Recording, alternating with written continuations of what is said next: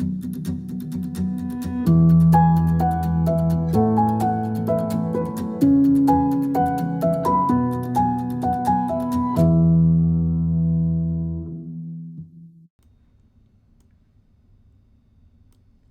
everyone, it's technology expert Burton Kelso here with another tech tip to help you get the most out of the technology in your life. Today we're talking about ChatGPT, the layest AI bot system to hit the internet. Released in November 2022, millions of people have wanted to see how close OpenAI, the company that created chatbot GPT, has come to actual AI. Now the challenge is there's no clear-cut instructions on how to download and use this chatbot system. Now if you're looking to download, search my YouTube videos to find out how to download and install ChatGPT because it comes in two forms: website and app, depending on what you use, whether it be Windows, Macintosh, or even Linux. You can even download ChatGPT to your smartphone via a browser, but today we're talking about how you can get the most from it. So let's dive in and get started on how to use ChatGPT. And we're going to do this from the browser function since it's a lot easier to operate as opposed to downloading the app. Downloading the app, kind of hard to find. But anyway, let's go ahead and get started on this and see what we can do. So let's see. There we go. So now with ChatGPT, we can definitely get started on how to use the OpenAI system. Now, what you need to do is to go to chat.openai.com, like I've got listed here at the top of the browser. See where the mouse is and it's circling around? That's the URL that you need to visit. Now, for those who need to sign up, you do need to sign up for a OpenAI account. Don't ask me why, but it's just one of those requirements. But you do need to sign up using an email address. So in doing so, you've got several options. So number one, you can click on create your account and put your email address in and then hit continue. But if you don't have an account, you can click with continue as Google or continue with Microsoft account. Obviously, in these instances, you want to create your own email address as to not have your ChatGPT account linked with the same password as your Google or Microsoft account. So let's go back. We're going to go to continue. Let's go here. And I'm going to show you a bug that will happen sometimes. Now under ChatGPT, sometimes if you've logged in already, then you will get a prompt asking you to put a password. But if you're going through this process, you just put your email address in, put your password in, and then click continue. Now for my purpose, let me go to log in. I've already got an account. Let's see if we can get this to come back. Let me go to continue. And as you can see with the account, it will pop up with this prompt that says, oh no, you're using a password which is not the authentication method. So if you've logged in by using the Google or Microsoft method, then what you would have to do is to go to sign up, again, continue with Google, and then choose the Gmail account that you had signed up with, and then it will take you into the ChatGPT interface. Now keep in mind that ChatGPT, or what am I saying? Yeah, there we go. ChatGPT is still in beta, and it's completely free so that you can continue to use it, the time being for chat. And let's go back a step. So once you sign up with an email account with ChatGPT, it will ask you to agree to the terms, and it will send a verification to your smartphone, whether it be Android or iPhone. So accept the verification. And then it'll also have you agree to the terms and let you know that this is a beta product. But once you're in, it will bring up this main interface, and this is ChatGPT. Now, what it will show you are examples of what you can use as far as your queries. You can also look at the capacities within the software as far as what it is capable of doing. And then finally, it will show you the limitations of what you can do with ChatGPT. So once you read those over, then you're are able to click on the main interface, which is this section right here down at the bottom is where you type your queries. As you can see, if you look over to the left hand side of the screen, you can have the different queries that you can have with ChatGPT. Now you can create different chat accounts or a new chat in order to make sure that you're staying on the same subject. But if you wanted to go back to previous queries, you can continue your conversation with ChatGPT in order to get more out of the software.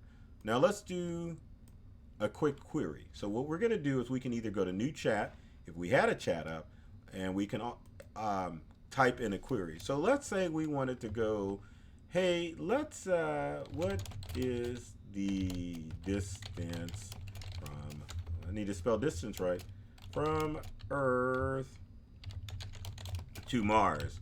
Now keep in mind that you can do a normal Google search, but usually if you do a Google search or a Bing search, it's going to give you multiple websites, and then you would have to click on each query in order to figure out which search query is going to best fit what you're looking for. But with ChatGPT, you can definitely create your own query and get an answer back like a human. So we've got our query, and then we can hit the go, and then here's the answer that ChatGPT is throwing out. Now you can hit OK, provide feedback, that what will the answer be, or you can just continue and go on and say, can you tell me how long that would take? And then ChatGPT will give you more information as far as what you're inputting. So now it tells you what the shortest travel time is, and then you could type in what would be the longest time, and then hit your answer, and then it would say it would take up to 7 months to go to Mars. So as you can see with this query, it obviously gives you more of a dialogue of all of the things that you need to look for. So remember, with the regular Google or Bing search, you're going in and you're having to look at multiple websites. With ChatGPT, it's like asking know-it-all as far as what things you can query about. So then you can go, so do you recommend we go to Mars? And then hit your answer, and then ChatGPT is taking a few cents. There you go. And it tells you it's an AI language model. I don't have personal opinions, but here's some information that might help you make a decision. So then it brings up the benefits of Mars, and it just keeps bringing up its own scenario. And then you can continue with the conversation once it finishes its dialogue of, do you recommend we go to Mars? And then hit the query, and then again, it tells you that it's an AI and it doesn't have personal opinions. But what you're doing again is just trying to figure out how the AI is going to work and help you solve problems. You can even do things like, if I can spell that right. Oops. Look at that. That's horrible, isn't it? And then let's get it. Rain in the winter time. So we will say, there we go. And then as you can see, it's creating its own poem using this AI system. So as you can see, it's kind of not necessarily self-aware, but definitely a scenario where you can see what the capabilities are doing. Let's see. You can also do, and I hope I spell this right,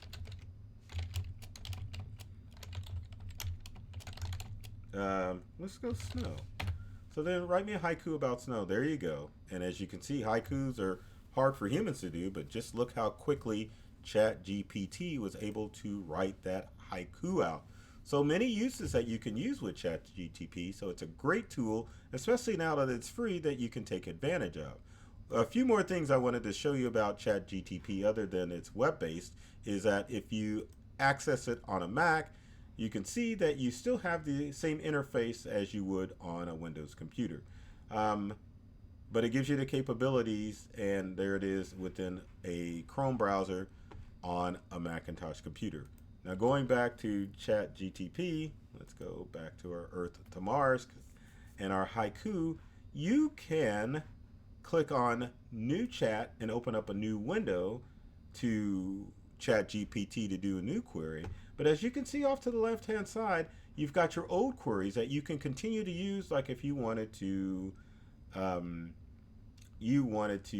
continue your conversation. So let's go back to the remove candle wax from a sink that or drain that's being clogged with it. You could ask, what if these don't work? Hit enter, and then there you go. It continues up with the same dialogue, as you can see, and then it tells you more things that you can do about a scenario. Now keep in mind, I'm not a programmer, so there's no programming code in here. Again, I just want you to see the basic functions of what you can do with ChatGPT. To round things up a little bit, your saved queries are going to always be saved on the left-hand side, and I don't think you're limited on the amount of queries you have. Also, you can clear out your conversations completely if you wanted to get rid of those. Now, like most websites now, you can switch between dark mode, like you saw that I had on the Macintosh side, and light mode. And you can also do updates. You can open AI Discord, and then finally, you can log out. Now, OpenAI Discord, you don't necessarily have to get on Discord in order for it to work. And then as far as updates and frequently asked questions, you can click on it, and then basically they'll show you the latest updates that have occurred, like there was an updated yesterday, written by Natalie. There's some ChatGPT frequently asked questions. And then you can also add what GPT, yeah, I did say that right, doesn't know about. Now keep in mind, again, this is AI, but it's not perfect. So there are sometimes when your queries aren't going to come up correct. So always keep that in mind. Right now, it's a fun tool that you can mess around with just to kind of get an idea how chatbots work and how chatbot AIs work. And it can be better than just sitting around and playing solitaire on your devices. And keep in mind, too, ChatGPT will work on any browser within your tablets or your smartphones and your other devices. So take a look at it, enjoy it, and again, remember that you're not limited where you can use ChatGPT, because there's an iPad that you can use it as well. So with that said, if you've got comments or questions about ChatGPT and how to get the most from it, leave me in the comment section below. Love to hear from you, and let me know if this video was able to help you out, because it took me a minute to find out about ChatGPT and how to get it, and then of course how to use it too. And as always, if you enjoyed this video, be sure to leave a comment, like it, and share it with your friends, no matter where you're watching it. So when it comes to technology, always remember, it's my goal to help you navigate the difficulties of technology and help open you up to a whole new world of ideas, experiences, and I guess further knowledge. I love technology. I've read all the manuals, and I'm serious about making technology fun, safe, and easy to use for everyone. So take care of yourself and do many things to make you smile. And thanks for watching.